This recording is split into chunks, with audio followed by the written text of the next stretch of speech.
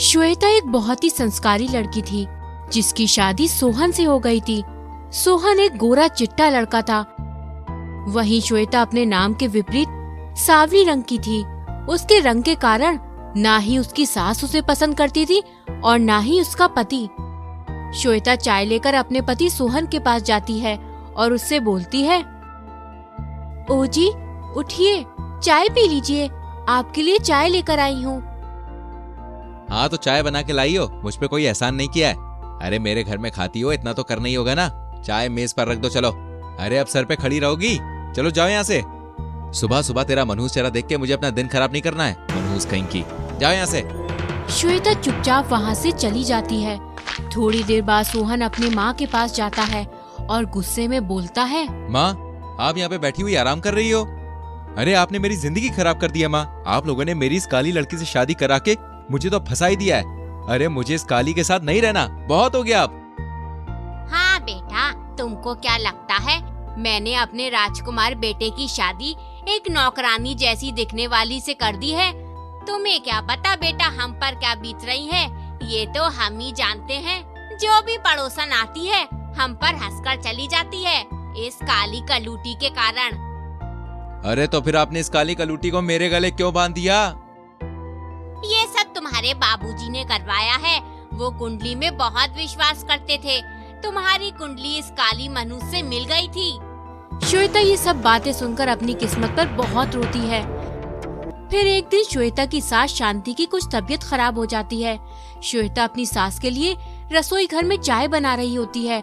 तभी उसकी सास गुस्से में बोलती है, अरे कलूटी, हमारी चिता की लकड़ी सजा रही हो, कितना टाइम लगता है चाय बनाने में? मेरे मरने के बाद लाएगी क्या? अभी लाई माँ जी। जब से हम बिस्तर पर पड़े हैं इस कलूटी की तो चांदी हो गई है। ना जाने क्या करती रहती है हमारे पीठ पीछे। श्वेता चाय लेकर आती है। अरे काली कलूटी चाय बनाने गई थी, चाय की खेती करने गई थी। तुम्हें पता है ना, सुबह सुबह मुझे चाय की तलब लगती है। तभी सोहन आता है। सोहन को देखकर शांति बोलती है, आ बैठ बेटा, तू आता है तो मेरा मन शांत हो जाता है। एक तो दिन भर काली को देखकर मेरा दिन ही नहीं गुजरता। अरे आप ही लोगों की मेहरबानी है, मेरी किस्मत फूटी थी जो आप लोगों ने मेरी इस काली से शादी करवा दी। ना जाने पापा की क्या मती मारी गई थी जो इस बदसूरत को पसंद कर लिया और मेरी शादी करवा दी है? इस काली कलूटी से तो मैं तंग आ गई हूँ। अब मुझे घर में एक गोरी बहू चाहिए। सुन ले बेटा तू। ये बातें सुनकर श्वेता के पैर के नीचे से जमीन खिसक जाती है। बेचारी कर भी क्या सकती थी। ये सभी बातें तो उसके लिए रोज की कहानी थी। कभी उसके काले रंग के कारण उसकी सास ताने मारती तो कभी उसका पति। ये सभी बातें सुनकर श्वेता अपनी किस्मत पर रोज रोती थी। एक दिन श्वेता बाजार से आती है। तभी उसके कमरे के बाहर किसी लड़की के हंसने की आवाज आती है। इस समय मेरे कमरे में किस औरत की हंसने की आवाज आ रही है? श्वेता जल्दी से अपने कमरे में जाकर देखती है तो वहाँ सोहन अपने पड़ोसी शिवानी के साथ बेड पर था और शिवानी के साथ हंसी मजाक कर रहा था। श्वेता ये सब देखकर बहुत चक्की रह जाती है और वो कुछ देर तक खामोश रहती है। वो कुछ बोलती उससे पहले सोहन गुस्से में बोलता है, अरे गवार औरत, तुम्हें पता नहीं है किसी के कमरे में आने से पहले नॉक किया जाता है? चलिए आई मुंह उठा के। अरे सोहन, मेरे कमरे में आप हमारे ही बेड पर किसी और औरत के साथ हो और नॉक करने के लिए बोल रहे हैं आप मुझे? शिवानी ये सवाल सोहन से करती है। तो यही लड़की तुम्हारी बीवी है? हाँ, ना जाने क्या पाप किया था मैंने जो ये काली मेरे गले पड़ गई। श्वेता रोते हुए अपनी सास के पास जाती है और उनसे बोलती है, माँ जी, मेरी बेड पर सोहन जी किसी और औरत के साथ सो रहे हैं और आप यहाँ हो। अरे वो लड़की शिवानी है, सोहन की अच्छी दोस्त है। वो सोहन से मिलने आई है बस। माँ जी, पर उन दोनों के बीच में तो दोस्ती से ज्यादा रिश्ता लग रहा है। भला एक लड़की अपने दोस्त के साथ उसके बेड पर क्या करेगी? तो क्या हुआ, वो दोनों एक दूसरे से प्यार करते हैं। आसमान सर पर उठाने की जरूरत नहीं है। अभी हमने तुम्हें जुबान चलाने की इजाजत नहीं दी है, समझी तुम? इस घर में तुम सिर्फ एक नौकरानी हो। और हाँ, एक बात कान खोल कर सुन लो, आज से तुम सोहन के साथ नहीं सोगी। तुम्हें देखकर उसके सर में दर्द होने लगता है। तुम गेस्ट रूम में सोना। आप ये कैसे बोल सकती हैं? सोहन जी तो मेरे पति हैं, मैं उन्हीं के साथ सोऊंगी। गेस्ट रूम में मैं नहीं सोऊंगी। तुम अपनी औकात से ज्यादा मत बोलो।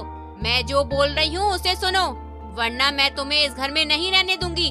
तुम्हें वापस मैके भेज दूंगी। श्वेता इस बात से डर जाती है और चुपचाप वहाँ से चली जाती है। एक दिन सोहन शिवानी से बोलता है, अरे शिवानी, तुम इस रेड ड्रेस में एकदम रेड वेलवेट केक लग रही हो।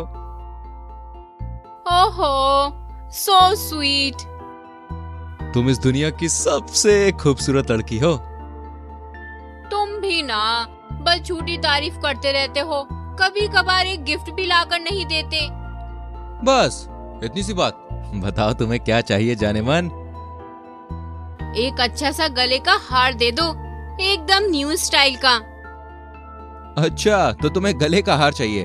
अरे पहले बताना चाहिए था ना। तुम्हें मैं कल ही वो गले का हार लाके देता हूँ। पर वो तो तुम्हारी पत्नी पहने हुई है, उसके गले में वो हार काफी अच्छा लगता है। तुम भी ना शिवानी अच्छा मजाक कर लेती हो। अरे उस काली के गले में कुछ भी अच्छा नहीं लगता। अगले दिन सोहन श्वेता के हार और कुछ पैसे चुराकर शिवानी को उपहार में दे देता है। वाह यार, ये हार कितना अच्छा लग रहा है। इसी तरह जाने मन तुम जब भी आओ मेरे लिए कुछ उपहार जरूर लेकर आना। शिवानी वो हार पहन लेती है। यार ये हार तुम्हारे गले में कितना अच्छा लग रहा है। इसी तरह दिन बीत जाते हैं। सोहन हर रोज शिवानी को नए नए उपहार देता था। फिर एक दिन सोहन शिवानी को शादी करके अपने घर ले आता है। शांति अपनी नई बहू का घूंघट उठाती है और बोलती है, कितनी प्यारी बहू लाया है बेटा तू। इतनी गोरी चिट्टी, अब लग रही है ना ये हमारे घर की बहू है।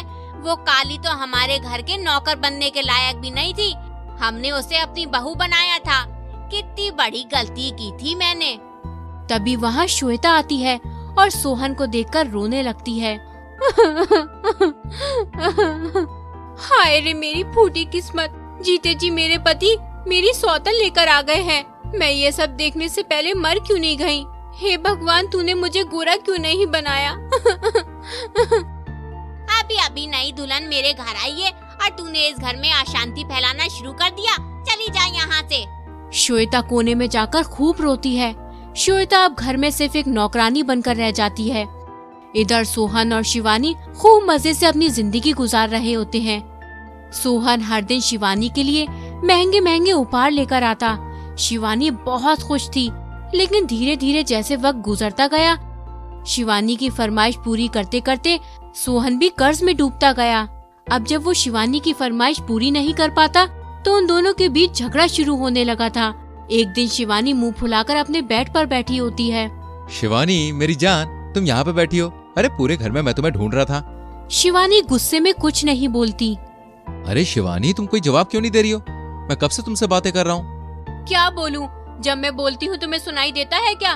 2 दिन से मैं तुमसे डायमंड की रिंग मांग रही हूँ, तुमने मेरी बात सुनी? अरे यार देखो, रिंग बहुत महंगी है, अभी मेरे पास इतने पैसे नहीं है, समझा करो बात को।